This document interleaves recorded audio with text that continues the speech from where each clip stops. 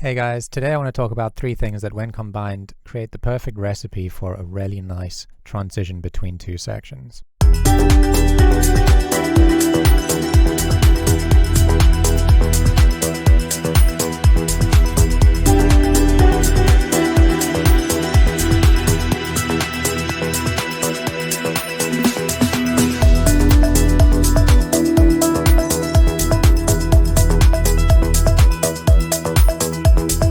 First thing we're doing here is we're creating a lot of tension by making it kind of noisy and chaotic right before we go into this section that's a bit more empty. And so how do we achieve that?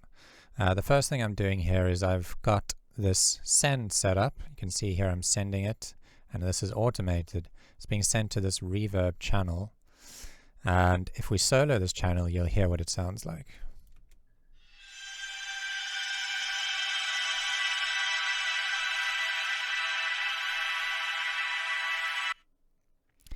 So on this channel I have a really long reverb, 21-second reverb, and it's got almost no low end in it, and I'm EQing out all of that mid-range. I've got this plugin called the Source, and I'm just using that to basically pitch up the reverb tail, so without it it's kind of dark, but with this on we're pitching it up basically an entire octave, so it just gets a bit more harsh and a bit more bright. And I'm actually kind of looking for harshness here. Then I'm going through another reverb after that, another huge reverb, 21-second reverb. And then into an OTT, which is automated in different sections in the track to increase the intensity of that reverb, because I just wanted these sections to be even more intense.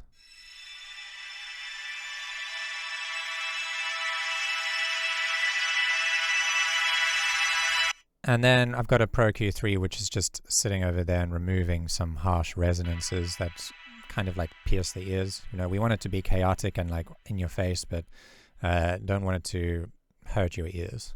Okay, so what's happening here is we're creating all this chaos, and then I drop it almost unnaturally on the release section over here. Completely just disappears. And I do that by using a utility here on this reverb channel, which then just drops to 0, so we have almost no tail over there. On its own it sounds like really unnatural, but in the mix you don't really notice the dropout that much, you just start paying attention to something else.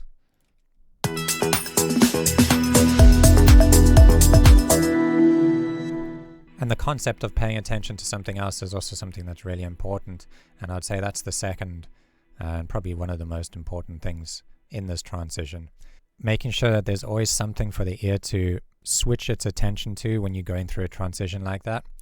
So through this section we're paying attention to this patch over here, this. And we're also paying attention to how it's getting all cloudy and messy over here. But then when we drop into this section, our attention switches over to this sound here. So that's like a really important concept. So we have something, we take it away, we need to give the listener something to pay attention to.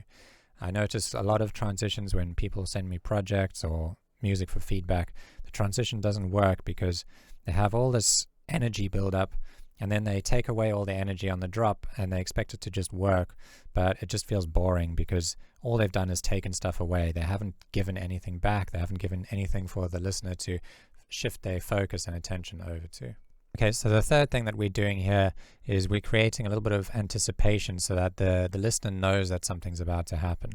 And how I've achieved that is by putting a low cut filter here, this auto filter, on my drum bus, and we're basically taking out all the bass for these 4 beats over here. And this kind of tells the listener that something's about to happen. It sets them up.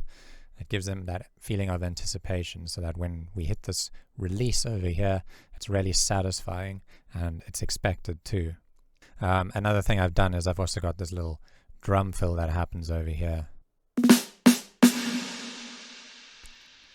And that also is just another signal to the listener that something cool is about to happen or something is about to change. So I'm just going to play through this section again, and now you can pay attention to all the different things we've described. Pay attention to how it gets cloudy. Pay attention to how it gets all chaotic and messy with this reverb swelling up.